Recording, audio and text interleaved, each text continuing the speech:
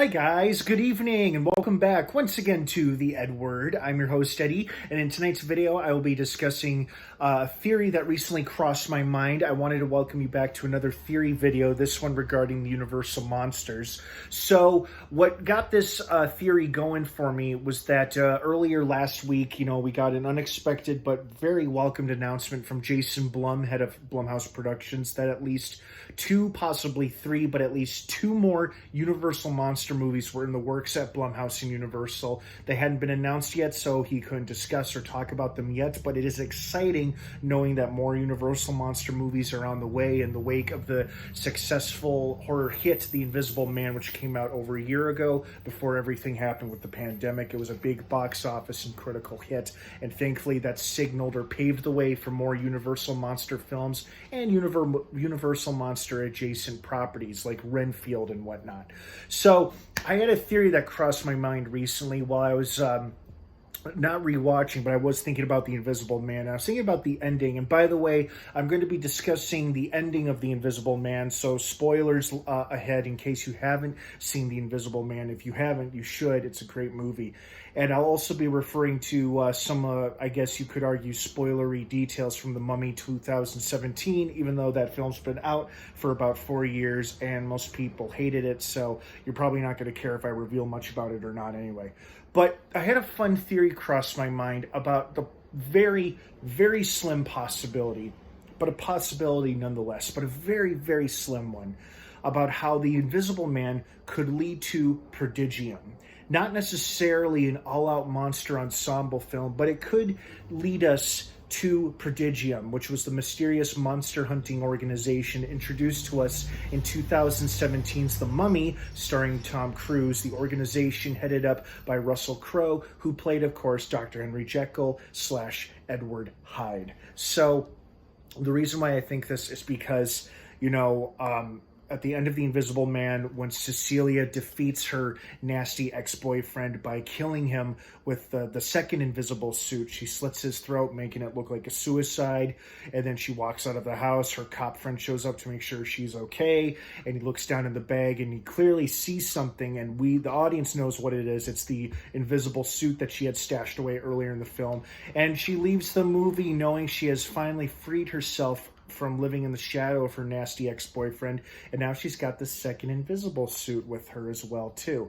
It does leave the door open for a possible sequel, even though that the guy playing the title character, the Invisible Man, was murdered.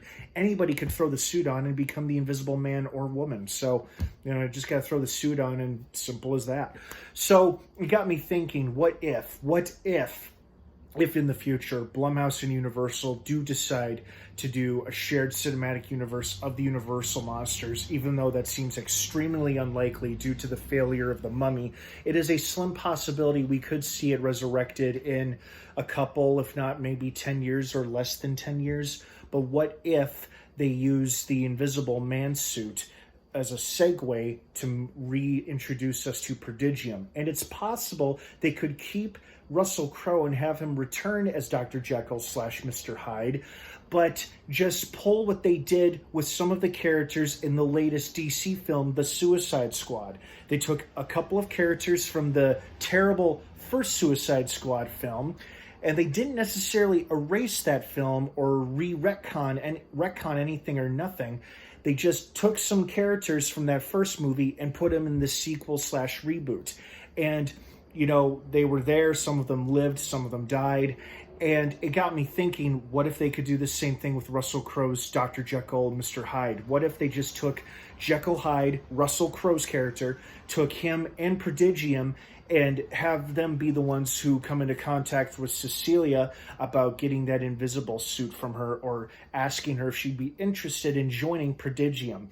Even though she doesn't necessarily have the skills of an operative or an agent or nothing like that, they would at least want that suit, because maybe they think it's too dangerous to keep it in private hands or where anyone else could get their hands on it if they stole it from her, or maybe they want to use it for their own purposes of locating or finding or even secretly tracking other monsters around the world. So what I'm saying is that they could bring back Russell Crowe's Jekyll Hyde and just have it be like the events from the film The Mummy 2017 never happened. Like, just have it be where these Prodigium and Russell Crowe's Jekyll Hyde have never met Tom Cruise's character or anybody else from the Mummy film, and just never acknowledge or talk about the Mummy if they really want to forget it that badly, and just use the same characters and same organization, but just put it in a different context. And this context would be a dark universe, but going the right direction and being handled the right way. Now, what is the right way to handle that? I don't know. But I do have another theory about that, which I will share in another video. But I do see a very, very, very, very, very, very, very, very, very, very, very slim possibility of the Prodigium organization coming into contact or acquiring the invisible suit from Cecilia Cass, maybe way, way, way down the line in the future.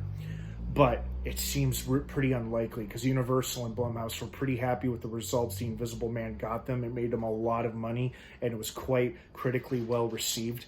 So jumping right back into a shared cinematic universe of the Universal monsters, as awesome as that sounds to some of us, might not necessarily be the right move, and that's okay, because shared cinematic universe or not, we still have a lot of Universal monster films to look forward to in the coming future, and that alone is exciting enough, so I'm just happy about that. So what do you guys think of this theory? Am I off my rocker here, or am I onto something? Let me know what you think down below in the comments section.